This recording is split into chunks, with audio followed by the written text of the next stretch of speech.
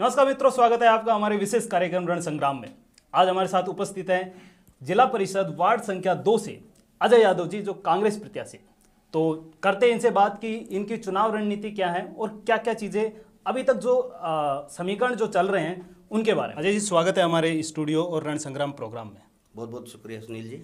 तो अजय जी, सबसे पहले बात करते हैं कि वार्ड संख्या 2 की क्या क्या प्रमुख समस्याएं हैं और उनके समाधान के लिए आप क्या करेंगे।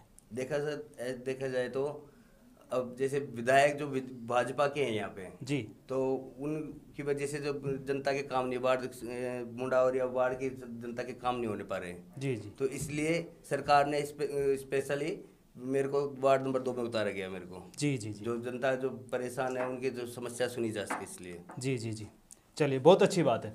तो अजय जी, आपके जो वार्ड हैं उसमें युवाओं के रोजगार के लिए आपके क्या प्रयास रहेंगे। देखो सर, ऐसा है, हमारे जो क्षेत्र में जो वार्ड है जी, इसमें जो रोजगार के लिए आते हैं उन्हें हम डायरेक्ट मिलाते हैं और उनको कंपनियों से मिला भी रहे हैं। जी जी। और हमारे आगे प्रयास रहेंगे सरकार से मिलके, और इनको जो अपने रोजगार जो ये युवा साथी हैं इनको सबको रोजगार दिलवा जाए। जी जी। तो अजय जी, आप जानते हैं, थोड़ी सी चुनावों के बारे में बात करते हैं कि आप वार्ड संख्या 2 में मतलब क्या आधार मान रहे हैं कि आपकी विजय होगी इसके पीछे। देख सर, हमारी जो सरकार के जो काम किए हुए हैं पहले से और अब कर रही है उनके आधार पर मैं चुनाव जीतूंगा। जी। तो अजय जी, देखिए, चुनाव में बहुत से प्रतिद्वंदी आपके सामने आएंगे जिनके टक्कर होगी आपके साथ में। और अभी तक जहां तक वार्ड संख्या 2 में है, सबसे बड़ी बात जो निकल के सामने आई वो ये कि जो भाजपा प्रत्याशी थे जगदीश जी, उनकी नामांकन रद्द होना मतलब एक बहुत बड़ी बात है। अब पार्टी का जो चेहरा है वो कांग्रेस की तरफ से आप हैं, लेकिन निर्दलीय में वेद प्रकाश खबरी जी हैं और वीरेंद्र यादव जी।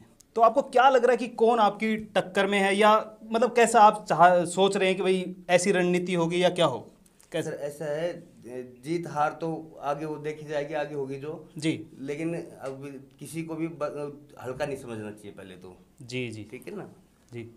चलिए, ये बहुत बढ़िया बात है कि आप किसी को भी हल्का नहीं समझना चाहिए, क्योंकि ये चुनाव चीज़ ही ऐसी है कि कब क्या हो जाए पता नहीं चलता है। अब वार्ड संख्या 2 से भाजपा प्रत्याशी का लास्ट टाइम पे नामांकन रद्द होना मतलब बहुत बड़ी बात है, और इससे कहीं ना कहीं हो सकता है कि अब जो समीकरण है वो सारे चेंज हो गए हैं और कहीं ना कहीं अब जीत डिसाइड करेंगी कि कौन ज़्यादा दावेदार था।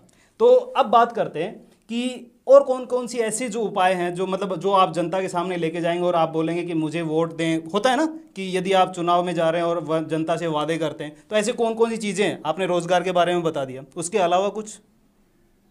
उसके अलावा तो अपने जो सरकार ने जो काम किए हैं उनकी योजनाओं के बारे में घर घर जाके बताएंगे, उनके आधार पर वोट मांगेंगे जनता से।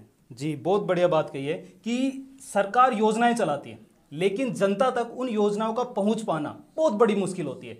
लेकिन जो अजय जी बोल रहे हैं कि कहीं ना कहीं जनता तक उन योजनाओं को पहुंचाने का ये प्रयास करेंगे।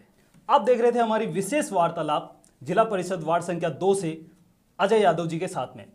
ऐसे ही प्रोग्राम और रण संग्राम हमारा जो विशेष कार्यक्रम है इस चुनाव को लेके, उसमें आते रहेंगे और आपके साथ में हम चर्चा करते रहेंगे विभिन्न प्रत्याशियों से।